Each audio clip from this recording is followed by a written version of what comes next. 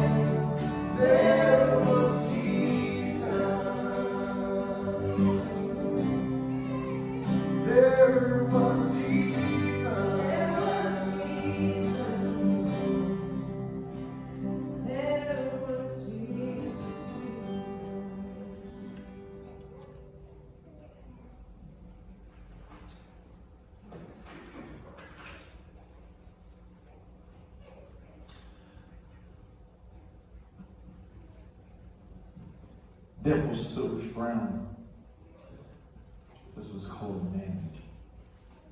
At the age of 83 in Murfreesboro, Tennessee, passed away last Thursday, December 31st, 2020. She was a native of Calhoun, Georgia. She was the daughter of the late Floyd and Geneva Parker Silvers. Mrs. Brown was also preceded in death by her sisters, Dorothy Union, Patsy Suggs, and Shirley Hall, and by her brothers, Bill and Ray Silvers. Dymple Brown is survived by her daughter and son-in-law, Vicki and Terry Tidwell of Murfreesboro, Tennessee. Her sister, Charlotte Miller of Holiday, Florida, and then her grandchildren, Tim and Paige Tidwell, Caleb and Anna Tidwell, Nicole Tidwell of Old Murfreesboro, Seth Tidwell of Nashville, and also her great-grandchildren, Asher, August, Ariana, Kingston, and Adley Tidwell, and Paris McKinley. Dymple Brown will be missed by all of her friends, family, and her church there.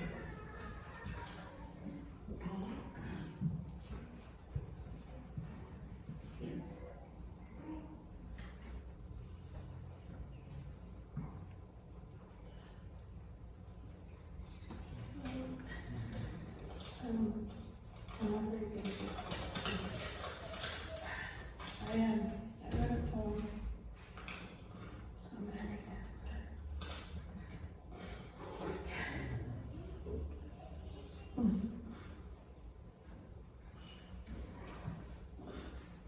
Nanny.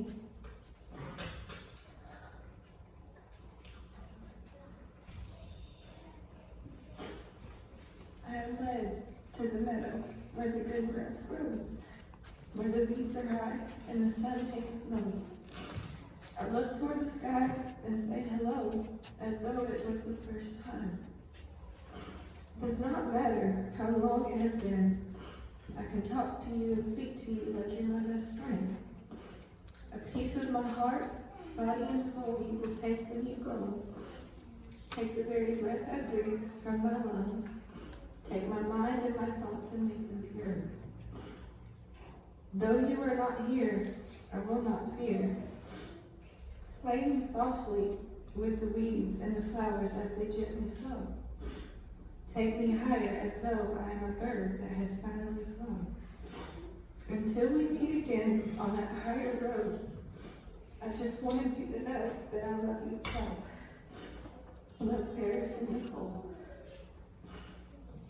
I love you.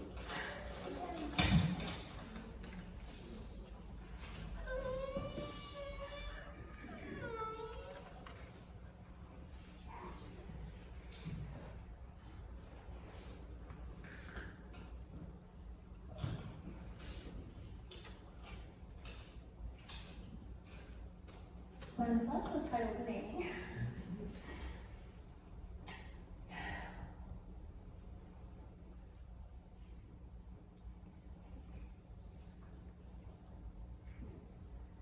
Nanny was a true Nanny. Anytime I spoke of her to others, I would say my name. They would always ask me, "Do you have a nanny?" I would have to explain who Dymple Brown was. Me and her became real close through the years. Our bond just grew deeper and wider. She was a great influence in my life and in my children's life. She wanted the best for us. She taught me so many things. One of those, if there is a will, there is a way. Nanny often demonstrated that. She decided to live the majority of her life single, serving the Lord with her whole heart. She wanted His will for her life selfishly, laying down her wants and her desires. She reflected the heart of Christ well. I have heard several stories where strangers would tell her they felt a special kind of power flowing through her. It's true, she did, and it was Jesus. I prayed and left her wanting that same sensation. She wanted all to know Him. True success is ending up in heaven. She truly lived her whole life for this moment. She reached the goal. I wonder, what did her heart feel? Did she dance before him? Did she stand in awe of his presence? Did she fall to her knees? Nanny left a legacy that will continue on much further than today. I know that Nanny is having the absolute best time of her life. She will be missed in a big way. And if she could truly hear me, I would absolutely be thanking her for loving us all so very much.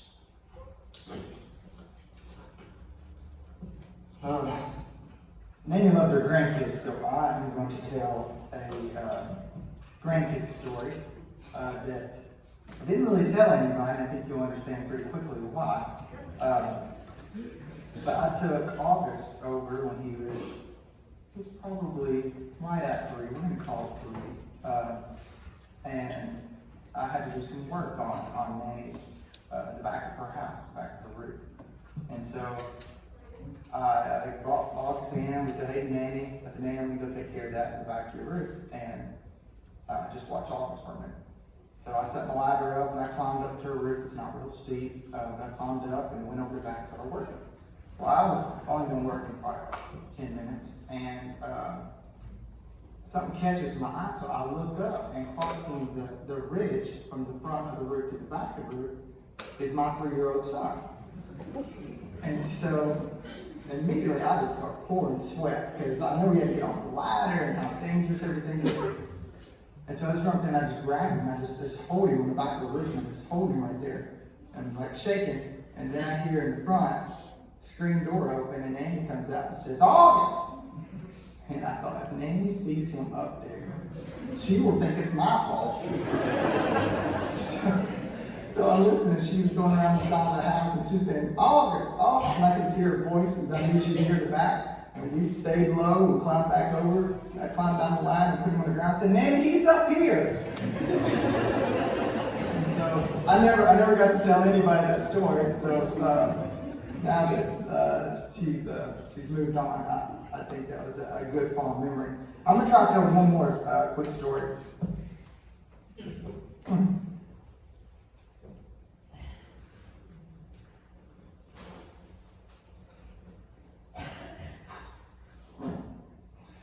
So I went down to Georgia, and I was down there with a friend. We were down there.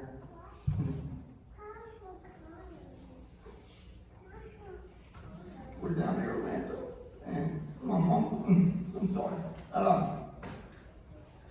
So my mom calls me, and this has been many years ago.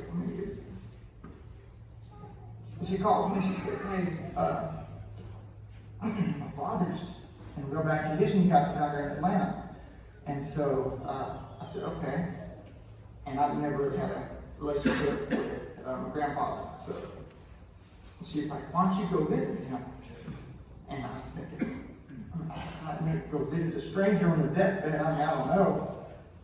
And that's just out of my cup of tea. But I wanted to do something. I wanted to do something that my mother had asked me. So, anyways, I told Matt, I said, "Hey Matt, I know we drove down here with the guitars, man, but I need to swing over here by my grandfather's house. So I'll be in, just in and out." And I can explain the situation. I was moving over there and told him, "Hey, look, I don't really got a great relationship with him. I don't really know much about him. I'm just going to go in and say hey, and then I'm going to leave." And so I knocked on the door, and a lady was there that was helping take care of him, and she said he's in the back of the house. So I said, "Okay, well, I'm going to go talk to him." She said, "Okay, he's back there. He's not doing very well." I said, "Okay." So I went back there. His name is Pico. I went back there and said, "Hey, Pico, how you doing?" You know, and he wasn't in a great state. Still had his mind about him. He recognized me.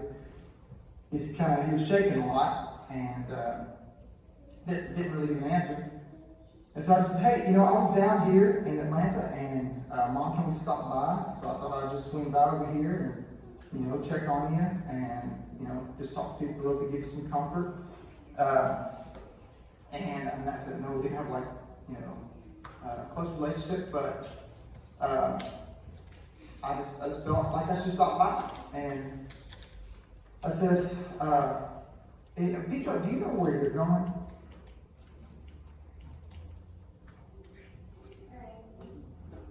I said, do you know where you're going after you die? And he just kind of shook. He shook his head. And so, Pico, do you know there's life after this life? And if it's okay, I'm gonna pray with you. And I know you can't speak real well right now, but I'm gonna pray for you and stand in that gap. And if you'll just pray with me, I believe God will honor your faith. And so I said, do you want to pray? And he stuck his hand out to me. So I grabbed his hand and I started praying with him. And just praying a prayer of salvation over him. And he just listened. And now, in the middle of our prayer, Pico hung out with some characters. Apparently, in walks this gentleman, this older gentleman. He must not know we were praying, didn't care one. And he came in and just started cursing up the storm right in the middle of his prayer. And so I just quickly, out of respect, just kind of ended the prayer real quickly. And as soon as I ended it, I looked at Pico. Pico opened his eyes. He was looking at me like, why did you stop? And he turned and looked at the other guy who just was now meeting eyes with Pico. And he said, hey, we're praying. And that's all he said. And he stuck his hand out to that guy. And that guy looked just shocked. So he walked over there and he held Pico's hand. And Pico stuck his hand back out to me and held my hand. And he looked back at me and he said, you can finish your prayer. So, you know what? We don't know what God does. We don't know what he's going to do. And we don't know what he can do in the last minute of somebody's life. But if there's a gift that I hope Nanny got a surprise to see, I hope that when she got to Jordan, Pico was there to take her over. So, missionary, I love you.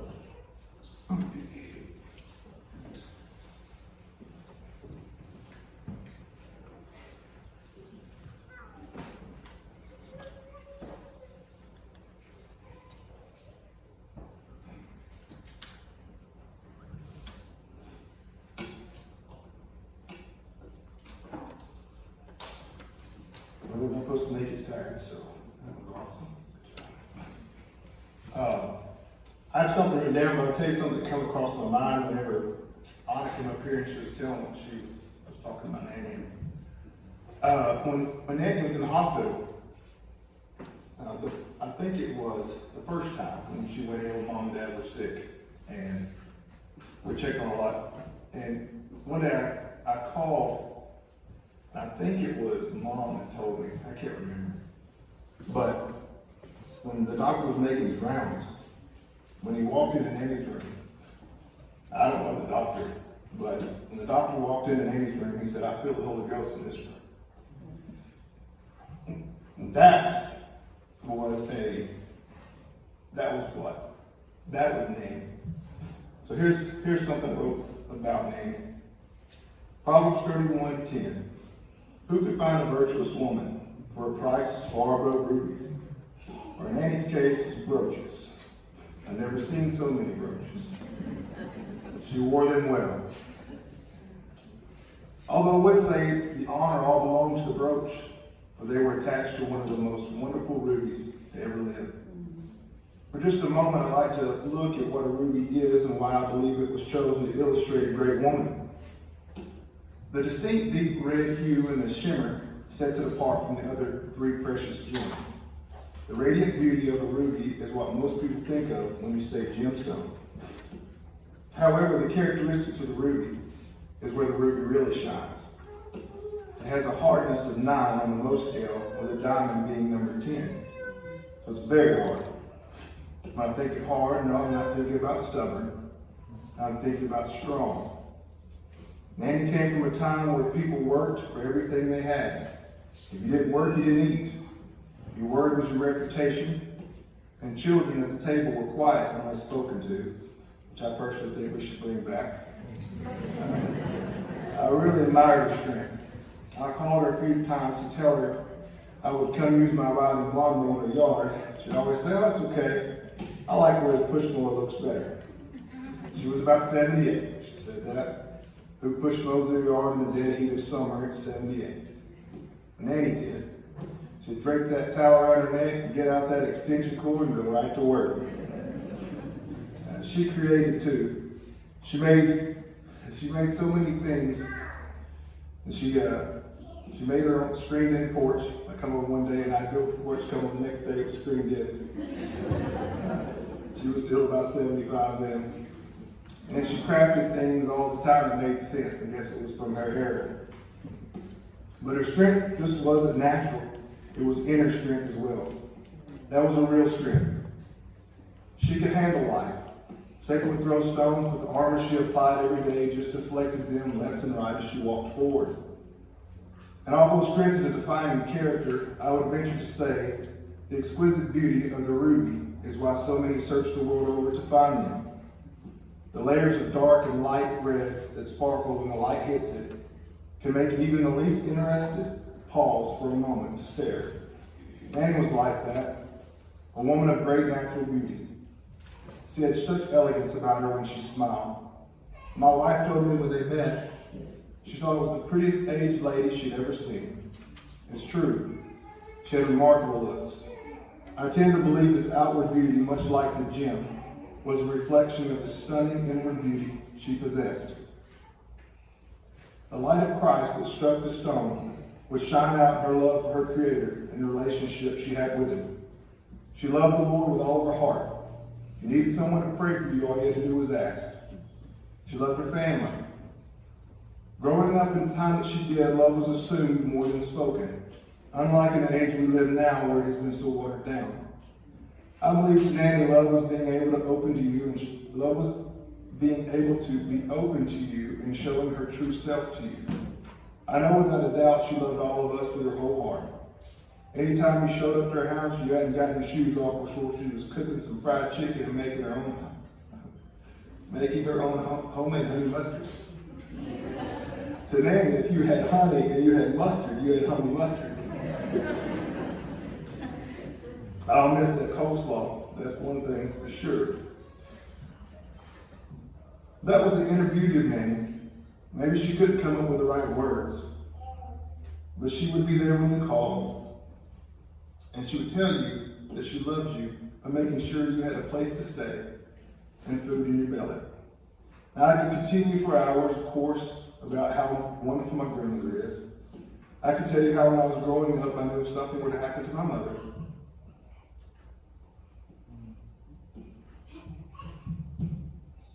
Nanny would step in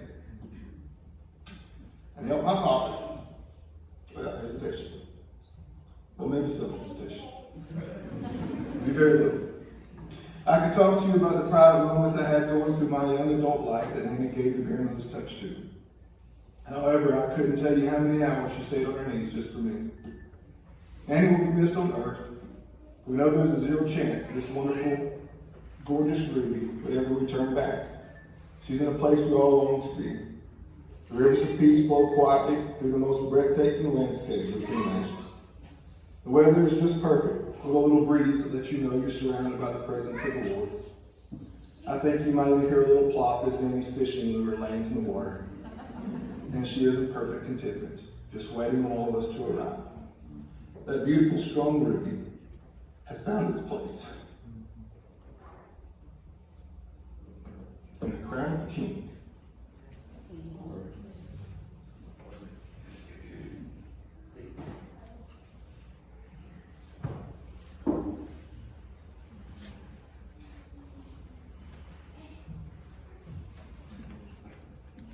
Hi, I'm Seth. I'm Nanny's youngest and best looking grandson. I'm also the biggest crier, so I don't know how fast we go last, but here we are. if you know me personally, Nanny and I, we got closer as I got older. We were obviously as kids, we were very close. She helped raise us, mom and dad were on the road, all of us. But as for some reason when I got older and I was kind of growing away from everyone else, just going on to start college and going through life and starting life, Nanny and I started getting closer. And she was my Valentine. She was my Valentine's Day date every year in college. Single or not, most of the time I was single, she would just call me on Valentine's Day and like, hey, where are we going? And I was like, man, you don't even know that I'm single. And she's like, where are we gonna go eat? I said, I'll pick you up in a few hours. So we just got closer as we got older, and then as Caleb and Tim and Nicole started having kids and their own families, during Christmas, they would all be taking pictures, and they would just look at me and Nanny and just say, it's y'all's turn to take your family. And it just became what we did. And so I have a lot of great photos of me and Nanny just taking our Christmas portraits together. And then when I come beyond that, we would just start eating dinner every now and then. I'd come to Nashville with Murfreesboro and we'd go have dinner. And she would just catch me up with everything going on in Murfreesboro. She was just a good woman. And I'm a better man for it. Since Nanny has passed, a lot of people have been reaching out to me. A lot of people from my childhood saying, first thing I would always say when they saw me in the past 20 years, say, how's Nanny? How's Nanny doing? How's Nanny? I don't think they knew that Nanny wasn't her first name. I mean, they just thought it was Nanny, and I never told them. And I think for the longest time, I thought Nanny was her first name as well. So I'd say she's doing great. She's still mowing, like Tim said, she's still mowing the grass. She's still building decks with Tim. She's doing awesome. And they would always say the same exact thing. Then, and even the moment she passed, within a couple hours, I was getting Facebook messages, and they would say, hey, she made us feel so well. No matter our past, no matter if I accidentally said a cuss word or if I accidentally did this in front of her, your grandmother made me feel like I was part of your family. And I knew that was hard for her. And maybe I didn't have a good situation in my household, but your nanny made me feel like family. And it changed my life growing up. So I think that that's a big testament to the Nanny brand, if you will, that she had. Because another example of this is yesterday, I was talking to someone as they were coming through line, and I said, hey, I'm so sorry that you had to wait 45 minutes to get her to see her. Tidwells like to talk, and so you just caught me first of that. And she just looked back to me and she said, it's Nanny. And I was like, that's all you gotta say. We just knew right there. We waited hours to do it. And you had to explain why. It's just Nanny. It's what you do for Nanny. If you know Nanny, if you've ever been to Nanny's house, you know that Nanny likes pictures of her family. She loves pictures of her family. In her living room, there was a picture of her family. I think we have maybe a picture of her living room if we can try and pull that up here. We can see that. So there's a picture of Nanny's house. The arrow was added in after the fact, but that is Nanny's house. That's Nanny's living room as we sit today.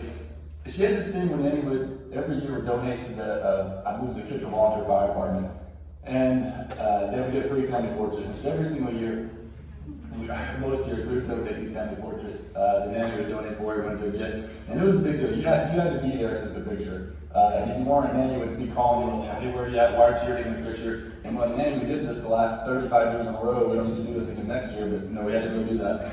But there was one year, I think I had just moved to Nashville. I couldn't get back in time to take the picture with everyone. And so Nanny, that picture I took that year, Nanny just loved that picture. But there was one problem, one small problem in that picture. And that was that our favorite grandson wasn't in that picture. Oh, I'm sorry. I don't think Tim and Caleb knew that I was her favorite grandson. Let me say it a little bit louder. Her favorite grandson wasn't in that picture. And so, in true Nanny fashion, like Tim said, she wants something done, she does it. And Nanny's version of Photoshop, where she just cut a picture of me from a different picture and taped that picture onto the family portrait. And it gave you this picture right here, if we can switch it over. At the top right, you can see. And that's how much Nanny loved her family. I know it's a silly thing, but that was the central focus of Nanny's house. It was essentially on the mantle. And she didn't care that it looked ridiculous and silly, because she loved her children, and she loved that picture. And so instead of just not having me in it, even though she loved it, she just put me in it. And then she throws it up there, and no one dared question Nanny to how ridiculous that looked. God rest their soul if they thought they could bring that up. So, just two more quick things about Nanny, as I said earlier, Nanny as a brand. Because Nanny is her own thing. Nanny is the word Nanny. She embodies all the good things that come from that. I mean, I can't even say Nanny, or any of my friends, no one I know says Nanny without knowing what we're talking about. If someone were to say to me, Seth, hey, like, well, how was the night that happened when you found out? What was it like? And you know what happened? And I would say, it's actually a way I can tell you how great Nanny was, because the night Nanny passed, Dad called me and he let me know, and I could hear Mom upset in the background. So I didn't ask to talk to Mom. I could hear she was upset, so I'll talk to her later. And Dad said, we're going to get together tomorrow and let Mom rest tonight. And we'll just see and comfort her tomorrow. I was like, sure, we can come. He said, no, it's okay. She knows you're going to be here, but just let her build her strength up, and we'll all see each other tomorrow. I said, okay. So I'm going to drive down. But when I hung up, I texted Mom, and all I said was, I love you so much. But I didn't say anything else. I didn't expect a response. I just kind of went on. About it and thought, I'll talk to her tomorrow. It's not a big deal, but whenever she does see her phone and all the hundreds of texts that she got from all of her amazing friends, she'll see one that just says, hey, I love you, Mom. So I was just sitting there, and it's New Year's Eve night, so I was just watching the countdown thing, and not even trying to distract myself from how awful this weekend was going to be. And I got a text message from Mom. And to show you the kind of character Nanny was, the daughter she raised, the text message from Mom. My mom, who had just lost her mom hours ago, her text message said, I'm so heartbroken for you, Seth. She literally just lost her mom. And all she could think about was how bad this was for me. And that's a testament to Nanny raising such an amazing daughter. And that's all I could think of, and I just lost it. But Nanny raised and loved her so much and made her the mother that she is, that in the worst day of her life, she's still putting her kids first.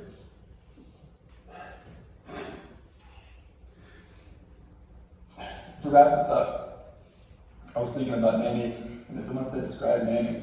Describe the things Nanny loves in 3 words. I don't know why I wrote notes. I'm not even looking at the notes. Describe Nanny in 3 words. I would say, describe the things Nanny loves in 3 words. I would say family, fishing, and Dr. Pepper. I don't know when this passion for Dr. Pepper started, but I don't think I've ever seen Nanny have a meal that didn't include Dr. Pepper if it was available. Everyone in their lives have so much going on.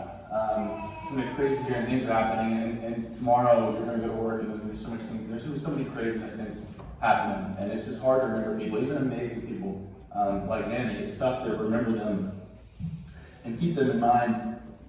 And that to me is just unacceptable, because some people, all people, but particularly Nanny, the brand Nanny that is Nanny, when someone says Nanny, everyone in this building immediately thinks that amazing woman is the first thing that comes to their mind. It's unacceptable that we won't be thinking about her all the time. So,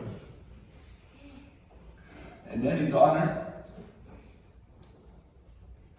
I bought everyone here at Dr. Pepper. And so when you're leaving today, outside, There's gonna be a can of Dr. Pepper and a little big ribbon with a note on it about Nanny.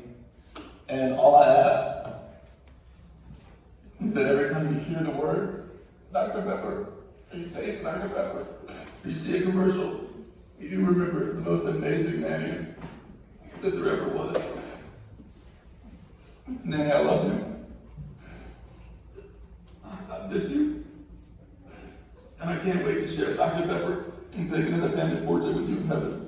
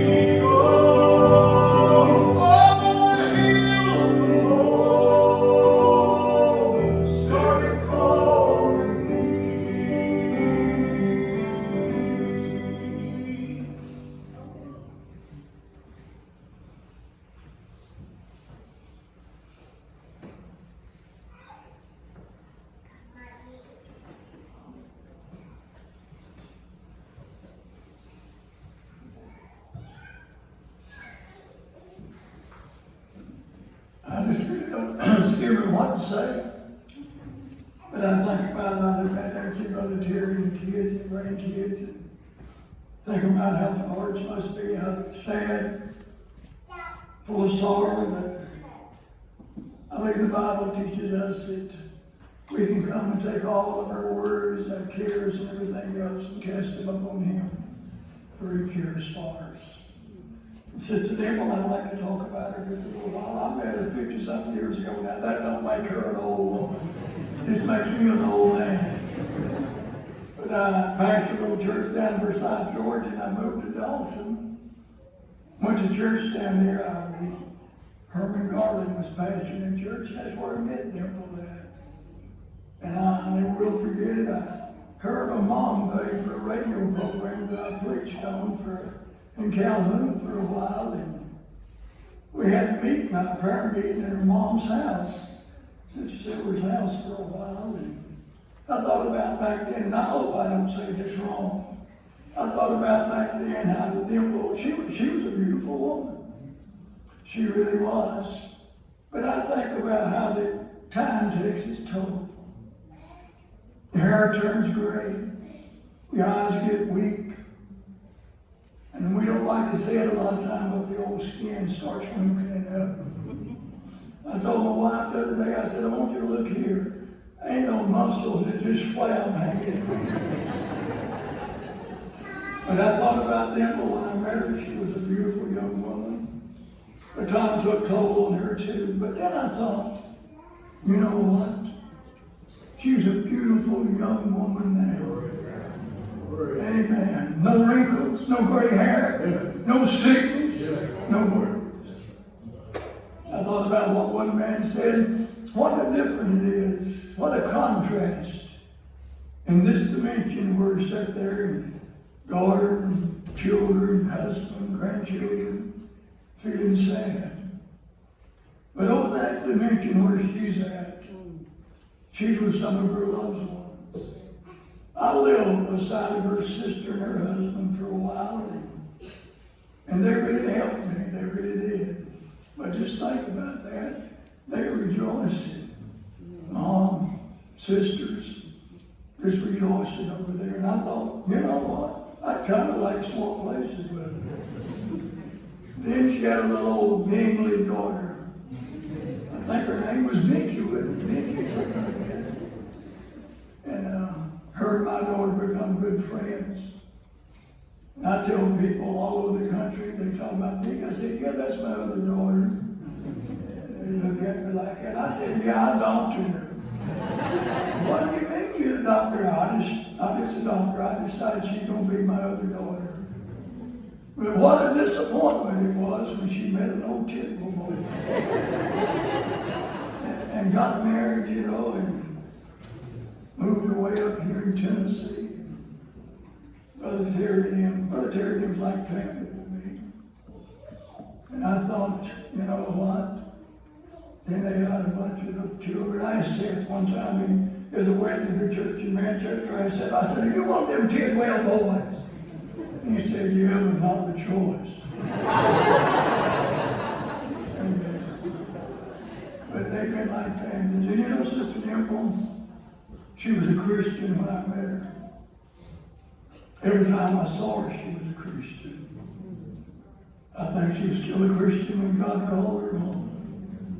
And let me say again, Peter said, just take your cares, cast them on Him, for He cares for you. And I thought about it here. He said, no, I was telling somebody I had a dream. And in this dream, they was singing, don't let the ship leave without me. And I said, I started singing it. Now I know I can't sing. But anyway, I said, it sounded like Terry playing the piano. And Tim said, how did you know? I said, he was off key. I said, I could tell right then it was Terry. But I want you to know one thing. Dymple was a good woman. She raised, you know, we talk about single moms today. That's what Dymple was, a single mom. And I'm not trying to brag on Nikki, but I think she done an excellent job. taught her about God, led her to God, prayed for her. Who was it said, the one of them said, ain't no how many times she was on her knees praying for me. So I just want to say one thing to you. This ain't the end of things. There's a land beyond the rivers of songs. I thought about, not too long ago, I believe Brother David said this in his sermon Sunday. He made a statement talking about the Lord shall descend from heaven with a shout, the voice of an archangel. And I thought about it, I said, don't sorrow for those that are asleep. For when he comes, he'll bring them with him. Then he goes on down to say that together, we that are alive, together with them, will be called up to meet the Lord in the air. And I thought, you know what? Sister Vicky, you know what? According to that, she'll be raised and meet you because it said together. Together, they'll be called up. You talk about a reunion. Amen. I don't know, Vicky. Terry probably thinks you're the prettiest woman in the world. If you don't, I'll whoop you. But anyway, what a rejoice in time that will be when the dead is raised and get together with you. I don't know whether it be neck hugging, shaking hands or what, but I tell you what, it's going to be a joyous day when they all come together again. God's good, isn't he? Heavenly Father, dear God, I stand here, Lord, and I thank you for letting me meet this family. Knowing Sister Dymple for over 50 years, I guess. And Lord, I know that she's always been a Christian. And dear God, I just pray for the family. I pray, dear God, that they can look forward to the day that they'll be with Mama and Granny. And oh God, in that great day, Father, take now, Lord, the sorrow from their hearts and let them realize, Lord, that she's in a better place today than she was laying in a hospital or at home sick, hurting. She's in a body, Paul said, if there's a work, the tabernacle be dissolved, there's one already waiting. Oh God, this never will grow old, their hair will never turn gray, skin will never wrinkle. And that great day, Father, God keep them in Jesus' name we pray. Amen. God bless you.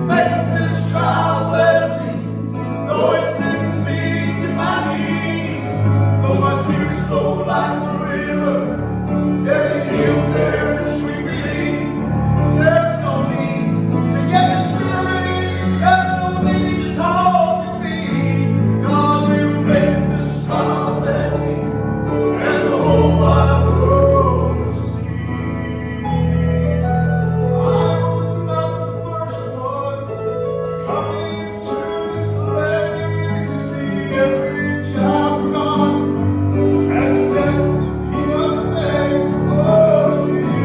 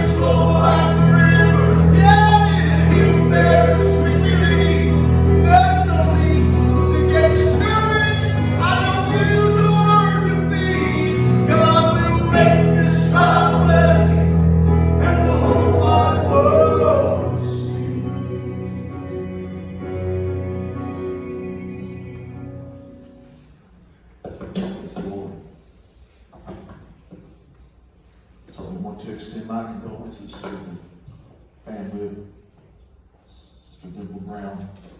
Certainly a precious lady that she was, and she won't be forgotten. I want to read today and take our text from the book of Job. I'll certainly try to be as brief as possible. But I was thinking last night that of Job, when Job had been through so many trials and so many troubles, that Job was considered man because he was looking at things that would lead. And Job in his mind was wondering about man. And Job tells us in chapter 14 that man that is born of a woman is a few days and full of trouble. He cometh forth like a flower and is cut down. He fleeth also as a shadow, continueth not. Seeing that his days are determined, the numbers of months are with thee, that thou hast appointed his bounds, that he cannot pass. For there is hope in a tree if it be cut down, that it's going to sprout again, and that the tender branch thereof will not cease. Though the root thereof wax old in the earth, and the stalk thereof die in the ground, yet through the sin of water it's going to bud. It's going to bring forth boughs like a plant. But then Job says this, but if a man die, and he wasteth away, and he giveth up the ghost, where is he? Where is he? As the waters will be dried up from the sea, and the flood decayeth, and it drieth up the ground. But man lieth down and riseth not. Till the heavens be no more, they shall not awake, nor be raised out of their sleep. Then Job says, oh, that thou wouldest hide me in the grave, but thou wouldest keep me secret, until the wrath be past. But thou wouldest appoint me a set time and remember me. But if a man die, shall he live again? All the days of my appointed time will I wait until my change comes. That's Job in chapter 14. As Job, we question the appointment of man. We see the ideas of death, and we consider death, and certainly we call it death. But we know that death is different for a Christian. Death isn't some gloom or some doom or some weary, dreary thing as we would look at maybe that man would consider at the end of the story. Though in Job chapter 14, Job said, what happens to man? Truly Job was looking at it as most men look at it. But today we don't look at our sister as death winning something. We don't look at this as a situation of the end, but really it's just back to where she was always at. We know that God has allowed this time to be able to come, to be able to allow death to take our sister from one place to another, for truly that's what happens to a Christian. We just change from one dimension to another.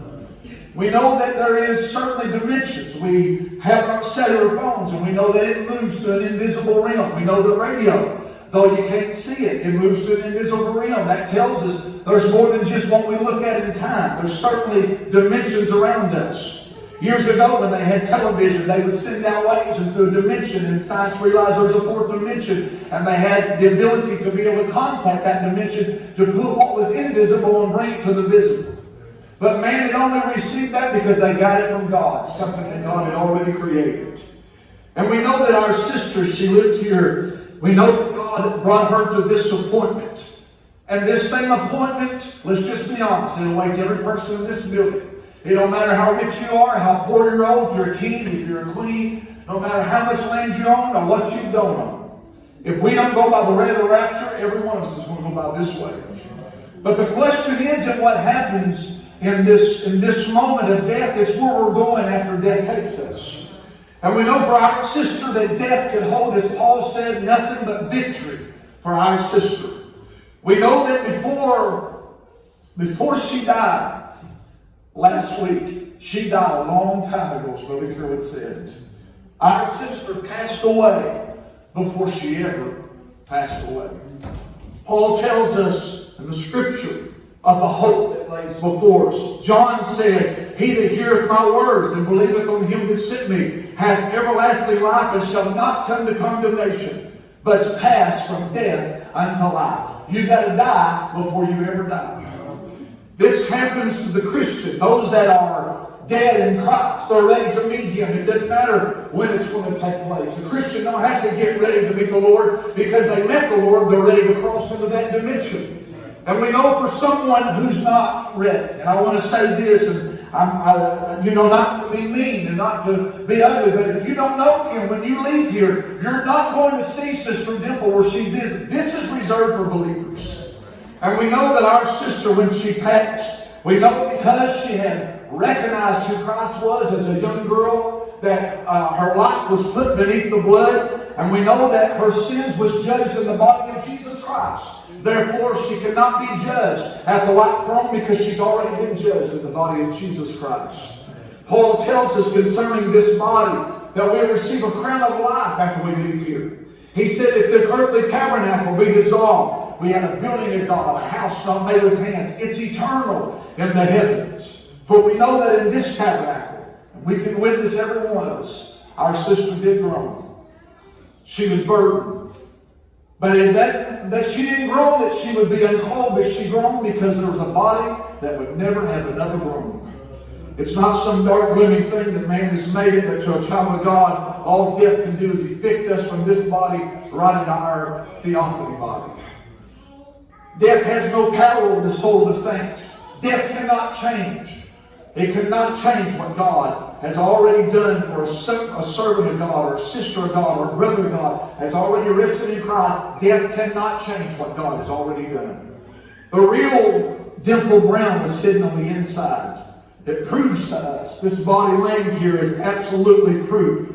It only proves that this body really was not her. It's only a tabernacle. It's a house that she lived in. When you call it by her name, they call her Nanny because that's what they identify her as. But when we see her again, she's not going to be in this kind of a body. And she certainly won't be at this age. She went back to what Brother Carroll seen when she was just a young girl, about 18 to 20 years old. Because for Sister Dymple Brown, and for every believer, we are not creatures of time, experiencing that from eternity. But we are creatures of eternity. We're experiencing this place all the time. And our sister is certainly a part of that dimension there today. And I think of how that for those that accepts the same thing, that when this life is over, that Paul said mortality, life will be swallowed up in life. And we know that the Greek word there is Zoe, which is God's own life. So every believer is going to be swallowed up in God.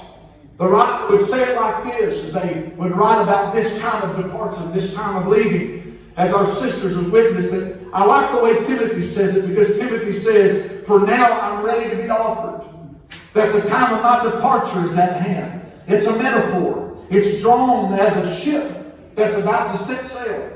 And that they would take and they would loose the ropes from the moorings. And when the ship sets sail, it takes and it crosses over across the bay. And I'll say this, for our sister, that's the only thing that she was doing. She was getting ready to set sail. The ship is designed to be able to pass over. The ship is designed to be able to float over what a lot of people sink in. She was able to step over because she had a ship that was waiting on her. And we know that, of course, that when our sister comes to this appointment, that she had the same thing as Timothy talks about, a time of departure. As Job is saying in chapter 14, every man's appointed, and there was an appointment, and our sister come to that appointment. But the appointment is not to take on the sun bloom. It's only to cross into that land where there'll never be another death. Everything, as the ship has been made ready and is ready to leave, our sister had been made ready. She was ready to leave. David says it like this when he describes it crossing from one place to another. And I'll just say this, not the psalmist David, but I'll say this, the psalm of Dymple Brown. And she could say, the Lord is my shepherd, I shall not want. Because he's a good shepherd, and he's a shepherd over the flock. She's not wanting when it comes to a body. She's not wanting when it comes to this land, but the shepherd had already provided. And she could say, the Lord is my shepherd, I shall not want. He maketh me to lie down in green pastures. He leadeth me beside the still waters. Not rough waters, not tsunamis, not waves, not something tumultuous to where you can't look past. But he took her right down to the waters which was still, and the waters which was calm, and she steps into the boat. How'd she get there? He led her there. He led her right down to the place of being able to cross. Here we come to this earth, and I believe this. We come here by the will of God, and we leave here by the will of God. Because every life here, I believe, is purposed by God. I don't care if you're a sinner. I don't care if you're a saint. Whoever you are, you're here. There's a purpose for your life. We know that's right. And we know that David says that he restores my soul. And Dymple could say the same thing. That he leadeth me in the path of righteousness for his name's sake. Yea, though I walk through the valley of the shadow of death, I will fear no evil. For thou art with me. Thy rod and thy staff, they comfort me. Think of that. He leads her down through the valley of the shadow of death. And man, for years has painted that as some dreadful, dreary, weary picture. But I'm going to tell you, it's not that way at all. There can't be a shadow unless there's a light somewhere. So the light led her down. It led her down in this shadow of this body that we live in, which is only the negative of the real positive. And then he tells us that surely goodness and mercy shall follow me all the days of my life. Sister Dymple can testify, I'll dwell in the house of the Lord forever. With age, our sister became feeble. She became weak. She dealt with sickness, but look how blessed she was. I think of, through everything that our sister had dealt with, she had somebody to stand by her side. Her daughter and her family stood with her. Sister Vicky was there. You just forgive me a minute. Sister Vicky, you saw her in her weakest moment. When she was in her worst moods. When she felt frustrated. When she felt depleted. When she felt discouraged. When her spirit was down. You was there. You was there when she was weak. You was there when she was sick. You were there when she felt bad. You was there when she had happy times. You was there to encourage her. You was there to pray for her. You was there to help her. You was there to try to lift up her spirit. Even though you was dealing with so much on your own, you was there. If I could say on behalf of Sister Dymple, thank you so much. Thank you for checking on me. Thank you for caring for me. Thank you for loving me. Thank you for giving me grandchildren. Thank you for giving me great-grandchildren. Thank you. Thank you for being a godly example. I wrote this last night as I sat in the back of this building. As I watched the people come through this line, I watched these grandchildren, watched Brother Terry and Sister Vicky. Our children are expressions of who we are. What we stand for, many times what we believe. I don't believe that respect, good hearts, loving, kindness, gentleness just happens to be. I believe that our children emulate exactly what we are. I believe that it's reciprocated. They see it and they become what they see. I believe, as Paul would tell Timothy, and I want to read this, that Paul would tell Timothy, he said, when I call to remembrance the unfeigned faith that was in thee, which dwelt first in thy grandmother Lois and in thy mother Eunice, I'm persuaded it's in thee also. I want to say that today. I'm persuaded. I'm persuaded it's in you also. I see strength in this family. Sister Vicky is one of the most incredible people I've ever met. I think that it's a reflection of what her mother had raised. And I think the greatest testimony that Sister Dymple could have is the children that she has around her, the grandchildren and her great-grandchildren that's around her, that's serving the Lord. What a reflection. Sister Dymple loved the Lord. She loved serving the Lord.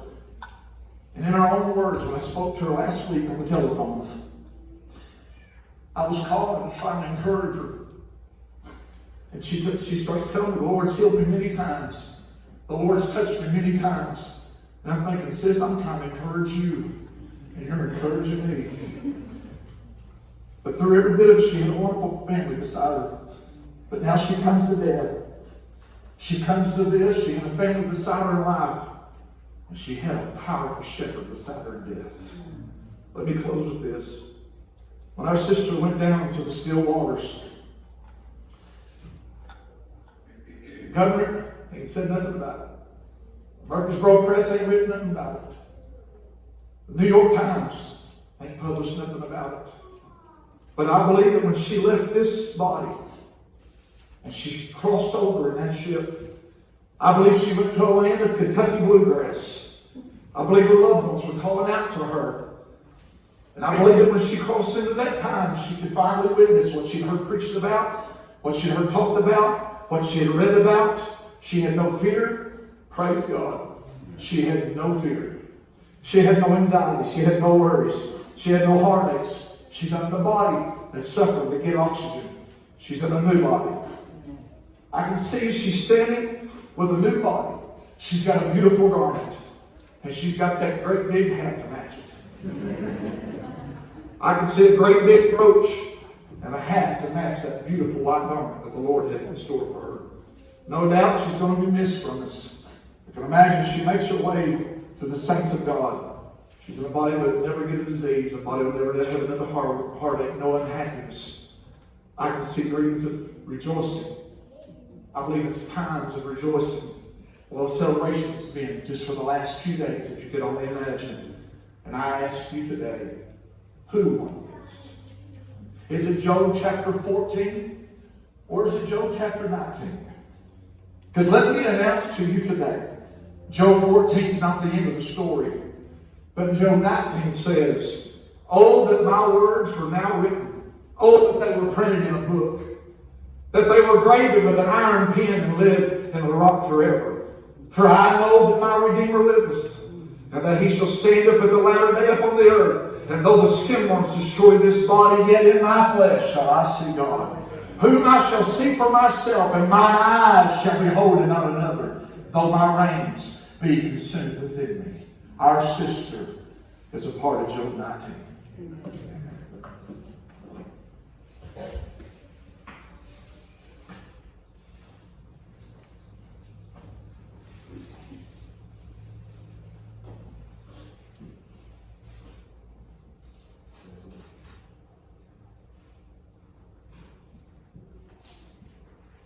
I'm going to tell you on behalf of our family, we thank you guys for sticking through us. We just had a lot we had to say. So she's a great woman. We just want to tell you thank you for everybody that's come by and given food and drinks and prayers and thoughts, and everybody that stood in line last night. We just want to tell you how much we love you. We thank you for all you've done for our family. We hope we will show the love back to you. Just want to tell you thank you.